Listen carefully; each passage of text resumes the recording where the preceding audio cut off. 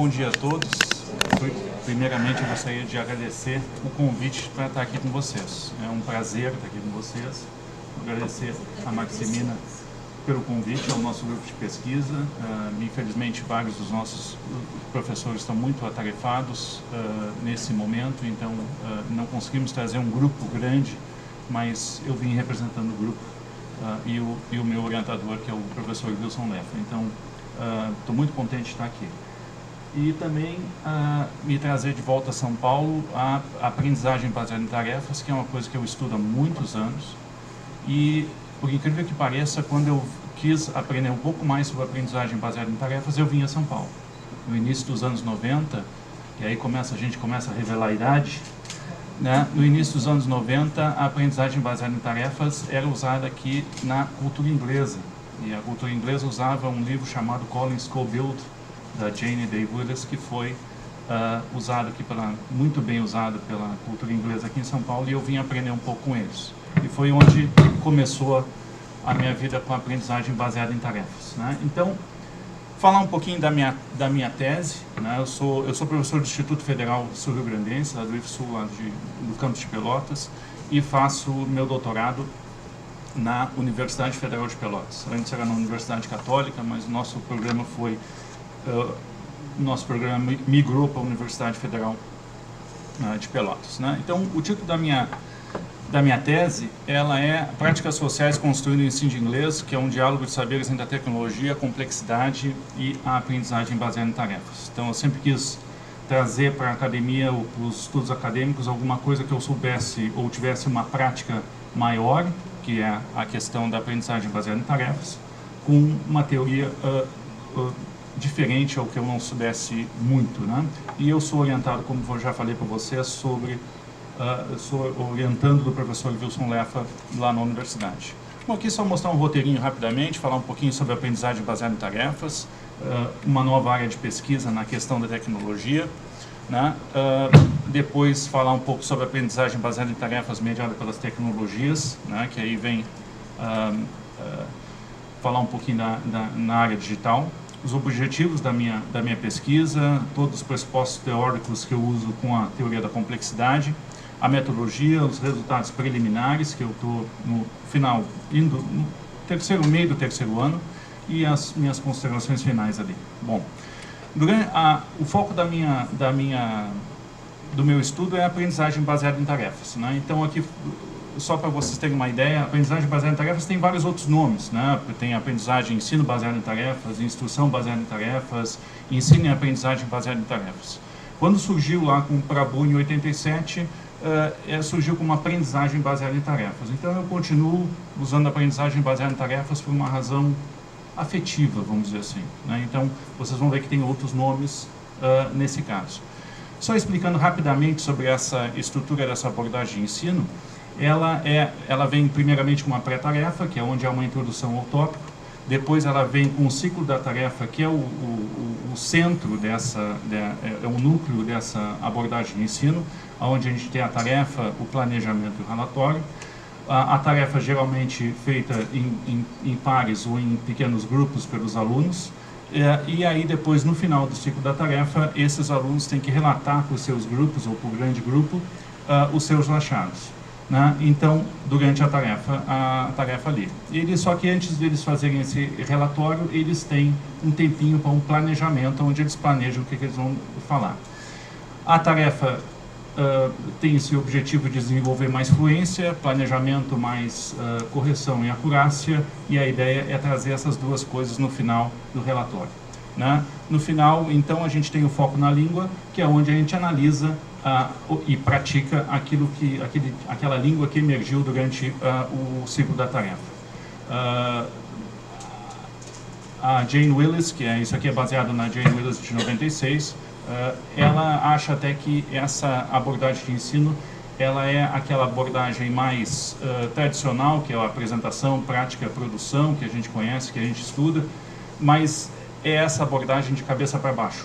Então, ao invés de a gente começar com a exposição de um item gramatical, a gente começa com uma tarefa e depois analisa esse item gramatical no final da abordagem. Bom, mas aí é um recorte muito grande, né? Esse universo muito grande, eu recortei a minha pesquisa de mestrado, ela foi em aulas presenciais somente com o ciclo da tarefa. Então, a tarefa, o planejamento e relatório. E aí eu fiz essa relação com a teoria do caos e a teoria da complexidade, na verdade, o pensamento complexo, somente do ciclo da tarefa com a complexidade. E aí, na minha dissertação de mestrado, eu consegui mostrar que esse ciclo da tarefa ele pode ser classificado como um sistema adaptativo complexo, porque ele traz todas as características de um sistema adaptativo complexo. Ele é dinâmico, a tarefa ela é dinâmica, ela é imprevisível, a gente não sabe que língua ou que tipo de língua vai sair durante a tarefa que os alunos vão estar fazendo, que a gente vai ter que analisar, e aí que está uma das grandes dificuldades da aprendizagem baseada em tarefas, porque a gente não sabe o que vai surgir se a gente usá-la na forma mais purista. É um sistema que é aberto, tá aberto e suscetível às coisas de fora. É adaptativo, ele vai se adaptando, a tarefa se adapta ao planejamento, o planejamento se adapta ao relatório. É complexo, né? E é sempre essa questão da complexidade, sempre no início, eu acho que eu sempre gostei da ideia da diferença entre complexo e complicado, né? Às vezes a gente usa a questão de complexo no sentido de complicado e não é bem complicado, às vezes até é, né? Mas o complexo é porque tem várias variáveis que estão atuando nesse sistema, né? Caótico, né? Não no sentido somente não no sentido da bagunça, mas eu gosto muito do termo grego do caos, que é, quando a gente sempre fala de caos, a gente sempre acha que é bagunça, né, esse tipo de coisa. Mas o termo grego do caos é o vazio de onde tudo surge. Então, essa questão daquele vazio da sala de aula, daquele vazio do ensino e aí da onde surge a aprendizagem dos alunos. Ele é não linear, que eu vou falar um pouquinho mais depois, sensível às condições iniciais, que é muito importante também, ele vai se auto-organizando e sensível ao feedback, principalmente quando os alunos estão fazendo o seu planejamento, né? Bom, então aí depois eu quis levar essa pesquisa, não somente do ambiente, não usá-la somente no ambiente presencial, mas usá-la também no ambiente virtual, né, das tecnologias. E aí a gente pega essa nova área de pesquisa que é a tecnologia. A tecnologia sempre teve na nossa sala de aula, né? Se a gente usar o quadro negro e o giz, é um tipo de tecnologia, rudimentar, mas é tecnologia. Alguns de nós aqui, nós usávamos o mimeógrafo, né, para fazer as nossas cópias. Primeiramente, em uma cor, depois eu aprendi a fazer duas cores. Aquilo aí foi fenomenal quando eu aprendi a fazer um mimeógrafo com duas cores. Depois veio a copiadora e nos tirou essa prática do mimeógrafo e aquele cheirinho da sala dos professores, né? Claro que tivemos os slides. Depois tivemos o videocassete nas nossas aulas e até chegarmos hoje com as salas de aula de muitos cursos de inglês e até mesmo dos institutos federais, durante esses anos bons que tivemos, colocamos lousas digitais nas nossas aulas também, né? E com essa revolução, né, no computador, ele trouxe essa evolução toda da tecnologia, a chegada do computador na sala de aula, ela trouxe essa revolução tecnológica, né, que atingiu o ensino de línguas, né? Então, até em função dessa designação, desse nome que é o CALL, que é o Computer Assisted Language Learning, né, que é a aprendizagem da língua assistida pelo computador, que hoje em dia faz parte das nossas aulas e nossas vidas em si, né? Então, falando um pouquinho dessa aprendizagem baseada em tarefas agora, mediada pelas tecnologias, que é um estudo que está sendo feito há algum tempo já, pela pesquisadoras que eu vou mostrar para vocês daqui a pouquinho, na Universidade do Havaí, em Georgetown, nos Estados Unidos, e também na Universidade de Barcelona, que eles estão trabalhando muito com a aprendizagem baseada em tarefas mediada pela tecnologia. De acordo com o Kenny, que é um dos pesquisadores da área, ele diz que, embora esse progresso tecnológico tenha afetado a maneira como as línguas são aprendidas e ensinadas, esse fato ainda ele não iniciou uma mudança de paradigmas, né? E isso torna essa área uma área rica para pesquisa, na minha opinião, né? Hoje não é possível a gente optar por não usar a tecnologia, né? Então a gente vive numa sociedade que é uma sociedade que a tecnologia está incrustada, né? Tá conectada e tão relacionada com a atividade humana que o ensino de uma língua sem nenhuma forma de tecnologia, ela até limitaria esse processo e talvez tornaria esse ambiente de aprendizagem artificial. Não, então a gente tem várias revoluções, a revolução da roda, do fogo, a revolução industrial, e hoje nós estamos passando por uma revolução, dizem os entendidos lá do Vale do Silício, de uma revolução tecnológica, né? E a gente vive numa sociedade que é dominada por essas atividades digitais, né? Então estamos cercados por isso. Hoje em dia a gente não vai ao banco, a gente faz o banco em casa, né? A gente ir ao banco para nós hoje em dia é muito raro, talvez quando a gente tem que assinar um documento, alguma coisa. Antes a gente mandava coisas por correio, hoje a gente manda quase tudo por e-mail, né?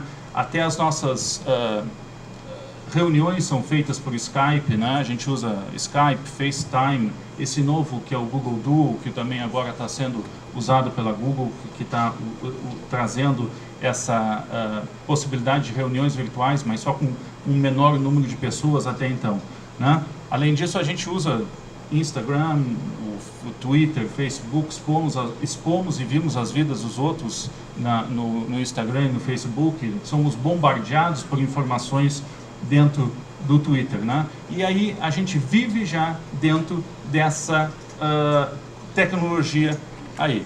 E aí essa ideia de que nós temos de fazer reuniões ou encontros com pessoas ao redor do mundo, em qualquer um dos cantos do mundo, que hoje é possível fazer isso, né?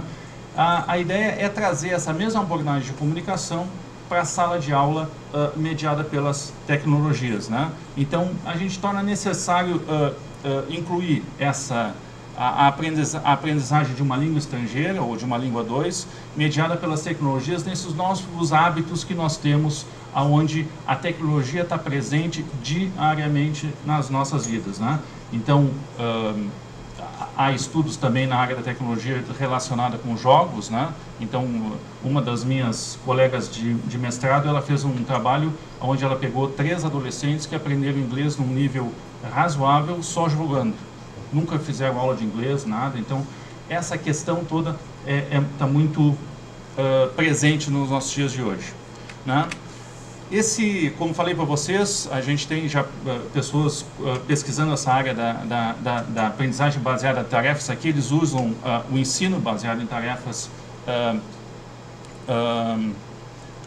mediado pelas tecnologias. Como falei para vocês, as duas autoras, a Marta e a Lourdes Ortega, que são da Universidade... A Marta é da Universidade do Havaí e a Lourdes Ortega era e agora está em Georgetown, em Washington, nos Estados Unidos, né? Então, a gente tem elas dizem que apesar desse emergente interesse, que é um interesse mútuo entre o COL, que é a aprendizagem mediada pelos computadores, e a aprendizagem baseada em tarefas, a pergunta ela permanece, né? Que como integrar essas novas tecnologias e tarefas para o ensino da língua inglesa, né? Então, se está ainda no início dessas pesquisas, né? Então, levando em conta que há um número crescente, mas ainda bem modestos, de pesquisas que abordam a aprendizagem baseada em tarefas, mediada pela tecnologia, e que essa ideia que hoje em dia é meio que imperativo a gente usar o computador e as tecnologias na educação, né? Transpor essa abordagem, que é até definida por Ellis como uma abordagem forte de ensino de língua inglesa como segunda língua, ou língua estrangeira, né? Da sala de aula, transpor da sala de aula presencial para a sala de aula mediada pelo computador e pelas tecnologias, né? E, na verdade, dar uma continuação na minha pesquisa do mestrado, mas agora em um outro ambiente de aprendizagem, que é o meu desafio, né? Então, transpor essa abordagem forte de ensino, né? Dessa sala de aula para sala de aula presencial para sala de aula virtual. Bom, aqui nós temos mais uma razão para isso. Em 2016, nesse Annual Review of Applied Linguistics, que foi feito somente para tarefas as tarefas na linguística aplicada, havia um artigo muito interessante da Ziegler, que é de 2016, também da Universidade do Havaí, que trabalha com a aprendizagem de tarefas mediadas pelos computadores. E no artigo de revisão dela, que ela fez, ela chegou à conclusão que mais pesquisas se tornam necessárias para se entender melhor essa abordagem. Como essa abordagem pode ser utilizada a fim de maximizar essas affordances, né, que são também vendo de Maturana e Varela, que a palavra, se a gente for traduzir affordances, hoje em dia a gente poderia traduzir como propiciamentos, né? Mas também até nas publicações nossas aqui, que foi, então, está sendo usado a palavra em inglês, né? Affordance mesmo, né? E essas affordances, essas condições, né, disponibilizadas pela aprendizagem mediada pela tecnologia para aprendizagem de línguas. Então aqui nós temos um artigo de revisão que mostra que ainda há pouca pesquisa na área. Então, de acordo com essas duas pesquisadoras, as estruturas teóricas que levam a sério a natureza potencialmente transformativa das tecnologias, elas devem ser empregadas, né? E é o que eu tento fazer com o meu trabalho. Eu tento juntar, trazer a teoria da complexidade ou a teoria dos sistemas dinâmicos complexos para a área da aprendizagem baseada em tarefas, mediada pelo computador e pelas tecnologias, não somente pelo computador, mas hoje em dia a gente tem o celular, que a gente consegue também falar pelo celular e usar todas essas ferramentas no próprio celular, né? Então, os objetivos da minha pesquisa é transpor a aprendizagem baseada em tarefas do ambiente presencial para o ambiente virtual. Aí eu também analiso o ciclo da tarefa sob a perspectiva da teoria da complexidade. Eu pretendo, estou ainda com os meus dados ainda verificando se as mesmas características de um sistema adaptativo complexo foram encontrados lá presencial, podem ser encontrados nesse ambiente mediado pela tecnologia. E se essas características, se forem encontradas, né, analisar se essas mesmas características emergem no sistema mediado pela tecnologia da mesma forma que elas emergiram lá no sistema presencial, né? Bom, falando um pouquinho dos pressupostos teóricos, né, que aí que entra a ideia do nosso colóquio aqui sobre a complexidade, né, em relação ao que eu proponho investigar, né, eu proponho me investigar o desenvolvimento da língua inglesa como uma segunda língua, né, mediado pelos computadores e pelas tecnologias, né, usando uma abordagem de ensino que é a aprendizagem baseada em tarefas, com a perspectiva da teoria da complexidade. Então, basicamente é um resumo da minha pesquisa, né. A teoria da complexidade, ela tem base teórica porque ela tem essa natureza transdisciplinar, né? Então pode ajudar muito a entender o ambiente, tanto o ambiente presencial como o ambiente virtual ou mediado pelas tecnologias, né? Bom, a teoria da complexidade é difícil da gente traçar, porque é uma coisa que eu até tentei fazer, porque a gente fala tanto da teoria da complexidade e a gente pensa, tá, onde é que começou isso, né? É difícil a gente traçar as origens da teoria da complexidade, porque se nós tivéssemos o mundo hoje, né, ele é, sem dúvida, um lugar muito complexo, né, e essas evidências da complexidade elas estão ao nosso redor. Geralmente na natureza, né, a gente não sabe quando o vulcão, agora falando do Havaí também, das professoras do Havaí, tivemos os vulcões no Havaí que entraram em erupção, não sabe quando vai entrar. Geralmente a complexidade ela está ligada com coisas ruins, né, de acontecimentos ruins na natureza, mas elas podem estar ligadas com coisas boas também, como, né, as sinapses dos neurônios, que a gente, né, é uma coisa boa que leva à complexidade também. Então, se a gente tiver um químico aqui entre nós, talvez ele vai dizer que a origem da teoria da complexidade está com o químico Prigogine, que trabalhou na Universidade do Texas durante algum tempo nos Estados Unidos. Ele vai dizer, não, na química começou com ele. Se a gente tiver um físico, e aqui entre nós, provavelmente vai dizer que começou com o professor Haken da Universidade de Stuttgart, na Alemanha, né? Se tivermos alguém da área da meteorologia, vai dizer que começou com Edward Lorenz, com o seu famoso efeito borboleta, né? Onde ele diz que se uma borboleta bater asas em algum lugar, vai acontecer um furacão em outro lugar, né? Então, da meteorologia. Se tivermos alguém da matemática, talvez diga que foi esse senhor que começou com a teoria da complexidade. Se tivermos alguém da biologia, talvez o Bertalanffy ou até mesmo o Varela, Maturana e Varela também poderiam ser. E se tivermos alguém da sociologia, pode dizer que foi Morin, ou a nós da educação, também a gente pode dizer que foi Morin. Então, determinar onde isso começou, já está aí a complexidade. Então, isso é interessante também, né?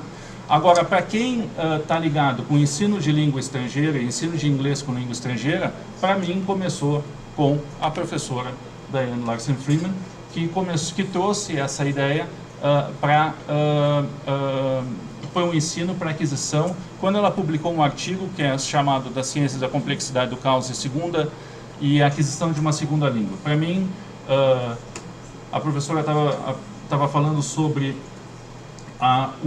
algumas, não me lembro direito qual foi, que foi quando aconteceu assim aquela coisa, aquele clique que dá na cabeça da gente. Comigo foi por esse artigo publicado pela professora Diane Larsen Freeman.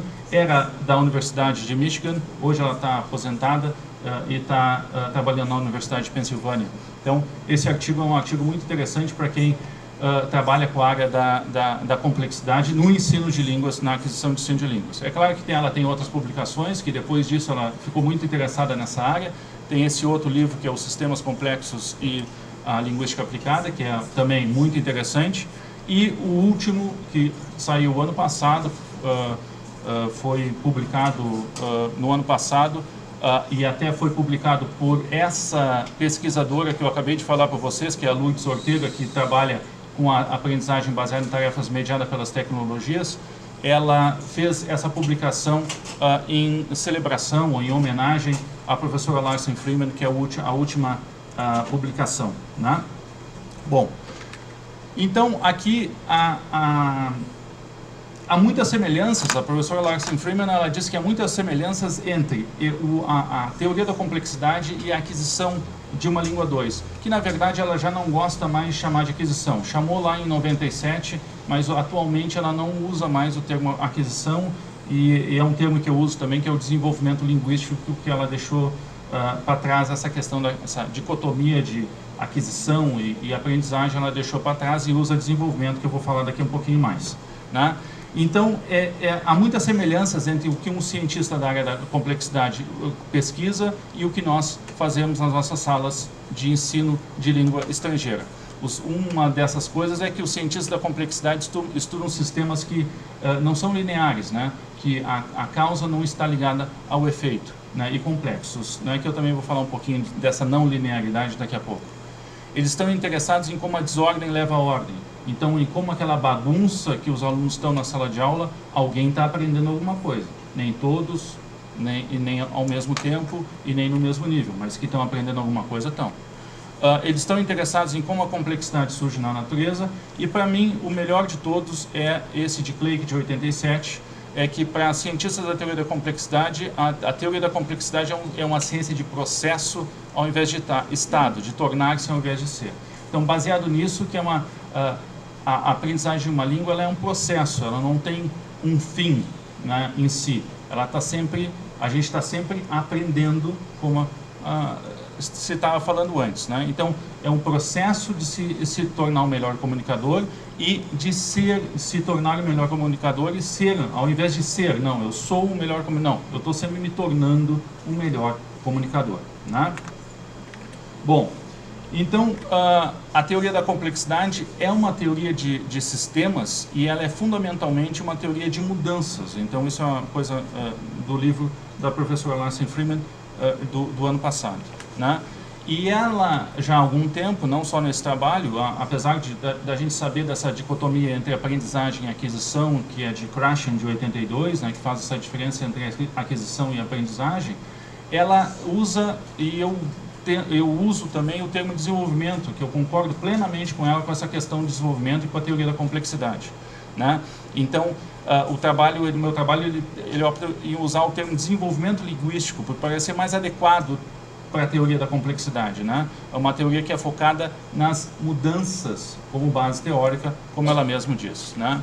Então, ao usar desenvolvimento, ao invés de aquisição ou então de aprendizagem, fica claro que as habilidades linguísticas podem crescer e declinar, né? E que, de acordo com isso, a aquisição de uma língua e atritos linguísticos, né, são resultados igualmente relevantes provenientes desse processo de desenvolvimento linguístico. Então, às vezes a gente acha que o aluno não aprendeu alguma coisa, ou acha que ele aprendeu. O pior é quando a gente acha que ele aprendeu e depois a gente vê que não aprendeu, que ainda não está ainda pronto aquilo ali.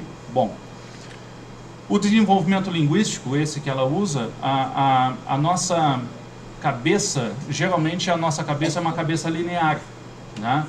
Falando um pouco sobre linearidade, que também a professora falou sobre aqui, o que as pessoas acham que a gente aprende de uma maneira linear. A gente geralmente pensa que eu vou primeiro aprender o A, para depois aprender o B, para depois aprender o C, para depois aprender o D e assim por diante, né? Quando se está nesse desenvolvimento linguístico, na verdade, ele é um desenvolvimento linguístico não linear. A gente vai e volta 1000 vezes, às vezes, e essa questão dessa não linearidade no desenvolvimento linguístico que é interessante nessa teoria da complexidade. Então, nem sempre, se eu aumentar o número de horas estudando vocabulário, eu vou aprender o dobro de vocabulário. Então, não tem essa relação de causa e efeito, né? Então, essa não linearidade nos processos de desenvolvimento. É interessante que quando a gente conversa com a juventude atualmente, a juventude, as pessoas mais jovens, quando eu troco ideias com meus filhos, tal, eles não pensam mais dessa maneira linear. E é interessante isso, eles pensam numa maneira muito bagunçada, né? Que a gente acha muito bagunçada, né? Mas que, na verdade, agora, depois que a gente estuda a complexidade, a gente vê que quem está certo são eles, não nós, né? Então, o que eu mais digo para minha esposa é que a gente não deve interferir. Não vamos interferir, deixa eles, né? Porque senão, daqui a pouco a gente começa a botar a nossa maneira de pensar neles.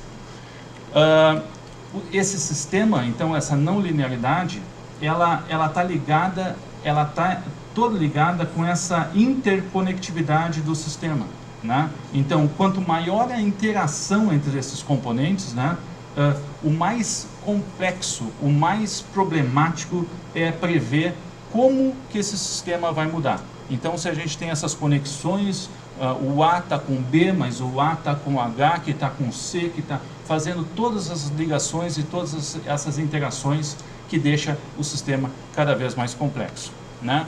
Então, um outro autor que também está trabalhando com a professora Larsen Freeman, que ele diz que há vários rótulos, que isso também foi uma coisa desse livro que me esclareceu muito, porque sempre a gente vê teoria da complexidade, a gente vê pensamento complexo de Morin, a gente vê teoria dos sistemas complexos, a gente vê sistemas complexos dinâmicos, a gente vê tudo isso, né? E a gente fica pensando que, pô, uma coisa é uma coisa, outra coisa é outra coisa na nossa cabeça de compartimentos, né? Ele diz que há vários rótulos para essa classe de sistemas que são chamados de sistemas dinâmicos ou sistemas adaptativos complexos, né? Então, os rótulos mais frequentes que ele cita são usados para a teoria da complexidade, que a gente está debatendo aqui hoje, a teoria dos sistemas dinâmicos, né? E a teoria do caos, que é uma variante da teoria dos sistemas dinâmicos, que são também sistemas dinâmicos complexos, né? Que são usados, a teoria do caos, muito usada pela área da meteorologia. Então, parece não haver a necessidade de ter duas teorias.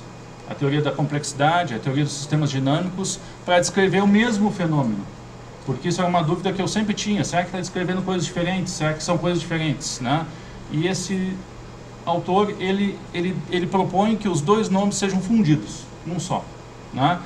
Criando o rótulo da teoria dos sistemas dinâmicos e complexos como um rótulo geral para esse tipo de sistemas, né? Como essa proposta dele veio no livro da Diane Larsen Freeman do ano passado. Eu acho que foi uma proposta também que está sendo bem aceita no mundo acadêmico, né? Então, os sistemas dinâmicos complexos, ainda de acordo com ele, podem ser descritos das seguintes características, né? A interação das variáveis no sistema ao longo do tempo, então essa interação é muito forte. A dependência nas condições iniciais, né? Então sempre o início lá de como a gente começa a nossa aula é muito importante. A não linearidade, como eu já mostrei para vocês. A dependência nos recursos, tanto os recursos externos como recursos internos, tanto do aluno como da onde ele está aprendendo. E esse desenvolvimento é iterativo. Essa palavra eu acho interessante, porque a gente acha muito... nós, professores de inglês que começamos há algum tempo, a gente gostava muito dos exercícios de repetição, os famosos drills, né? Isso caiu por terra há muito tempo, né? E essa palavra repetição, ela está sendo substituída na academia por iteração. Até a professora Diane Larsen Freeman tem um artigo só sobre isso, né? A iteração, ela é uma repetição, mas não da mesma forma. Por isso que a aprendizagem baseada em tarefas, a tarefa pode ser repetida, mas na verdade ela não vai ser repetida porque vai ser usada de outra forma de língua vai surgir, e aí que vem essa questão da iteração, né? Então, pesquisas que são inspiradas na teoria dos sistemas dinâmicos, ao invés de investigarem variáveis únicas, elas investigam padrões que emergem das interações entre seus componentes. Aí que está a dificuldade, né? Então, compreender a relação e descrever a dinâmica de um sistema em diferentes níveis de escala são tarefas essenciais para o pesquisador que trabalha a partir dessa pesquisa da complexidade. Então, no mundo que a gente, voltando um pouco para a tecnologia, no mundo acelerado que a gente vive hoje, cada vez mais é mais necessário o uso dessas ferramentas tecnológicas, né, que tornem possível essa aprendizagem mediada pelas tecnologias ou pelo computador. Há uma necessidade de uma criação ou adaptação de uma abordagem de ensino de língua estrangeira que dê conta dessa nova tendência de aprender uma língua estrangeira mediada pela tecnologia. Então, é uma abordagem de ensino com base teórica que forneça sustentabilidade no mundo acadêmico e que saliente a importância dos insumos, né, do input, da interação e do output de acordo com o Krashen. Né? Uma abordagem também na qual a interação seja indispensável, né? Que, de acordo com o canal Swain, é vista como um lugar de negociações de significados. Então, não somente a interação entre professor e aluno, mas também a interação entre alunos e alunos, porque aluno aprende com aluno também, não só com professor, e isso a gente sabe, né? Então, chegando ao final, aqui já passando para a metodologia, com base nessas visões desses autores, em relação à teoria da complexidade, Clay, principalmente Larsen Freeman, e não posso deixar de mencionar a professora Vera Menezes, que também da Universidade de Minas Gerais, que trabalha com a teoria da complexidade também.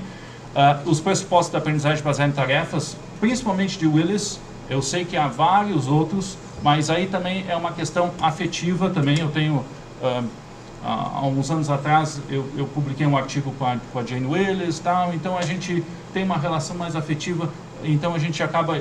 Eu uso muitas coisas da Jane Willis e do marido dela, que é o Dave Willis, né? E desse pessoal que está na aprendizagem baseada em tarefas mediada pela tecnologia, lá da Universidade do Havaí, Georgetown e também de Barcelona, né? Eu estou construindo um corpus de dados que vem de um curso de inglês online, nível para intermediário, com a duração de 10 horas a aula, ministrada durante 5 semanas, né? O programa de estudos ele é organizado ao redor de tarefas comunicativas, em que a significação e a comunicação é primária. Esses alunos eles estão sendo expostos à aprendizagem baseada em tarefas mediada pela tecnologia, a mediação que é feita usando a ferramenta de comunicação síncrona, né, que é o Skype, né, que é onde a gente tem essa comunicação síncrona e não assíncrona, né? Então, o uso das tecnologias é um apoio ao desenvolvimento, isso aqui dito pela professora Vera Menezes, ao desenvolvimento das habilidades orais. Mas é importante que existam também oportunidades de interação síncrona, né, com ferramentas como o Skype, para que os alunos possam falar de uma forma mais natural. E eu nunca vou me esquecer quando eu fiz um treinamento aqui alguns anos atrás, aqui em São Paulo, de novo, voltando a São Paulo, fazendo treinamento para trabalhar com o Conselho Britânico do IELTS, conheci alguns professores aqui de São Paulo, e eles já estavam dando aula com o Skype há uns anos atrás, porque se mexer aqui dentro é difícil. Só que, é claro, a maioria deles davam aquelas aulas particulares, one-to-one. O que eu proponho é uma coisa, levar a sala de aula com um número maior de pessoas para o ambiente imediato, porque eu acredito que não só com um professor que o aluno aprende, ele aprende também com os seus pares, né? Aqui eu tenho umas fotinhos da onde eu uso lá com os meus alunos, né? Se vocês derem uma olhada lá atrás, tem um outro programa lá atrás que é chamado Call Note. O Call Note, ele grava todas as conversas no Skype, né? Então ele tem até agora uma versão premium, que eles chamam, que até além de gravar, ele te dá todo o script da conversa, não precisa fazer toda a metodologia, é fenomenal, né? Dá todo o script da tua aula, está tudo ali pronto, se tu quiser analisar por escrito e tal. Então, para que o professor que está participando, está imbricado na pesquisa, né? Ele está participando ali como professor, ele não pode dar aula e analisar. Então, eu gravo e aí analiso depois. Então, aqui está uma delas, a outra aqui também, com alunos dessa metodologia, né? E aqui, já chegando ao final, os resultados preliminares, né? Que são essas características de um sistema adaptativo complexo e o número de vezes que eles emergiram no ciclo da tarefa mediado pelas tecnologias.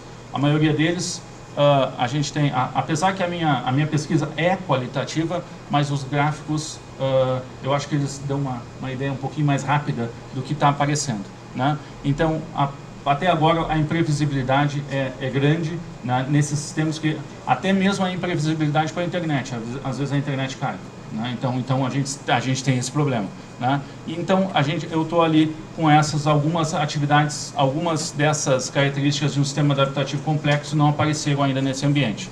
Aqui mais um gráfico comparando com o online, né? Vejam que a imprevisibilidade ela desponta de novo, né? Então são ambientes imprevisíveis. A aprendizagem baseada em tarefas tem essa característica de criar ambientes imprevisíveis, tanto no ambiente presencial como no ambiente mediado pelas tecnologias, né? Então isso é o grande desafio dos professores que usam a aprendizagem baseada em tarefas. O nível linguístico tem que ser alto, né? Então aí que está às vezes o problema de usar a aprendizagem baseada em tarefas na sua forma mais purista. Hoje em dia a gente tem livros que, se eu não me engano, um deles é o Cutting Edge, que usa a aprendizagem baseada em tarefas, mas ela faz uma introdução à gramática antes, né?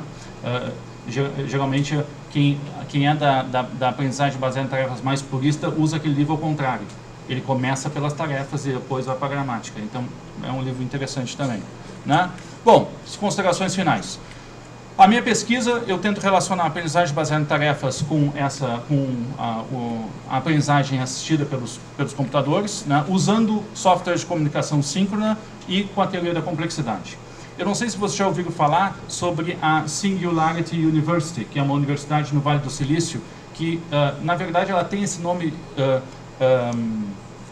universidade, mas ela não é universidade porque não segue um padrão. Então, ela não é reconhecida pelo governo americano como universidade, mas os caras se chamam universidade.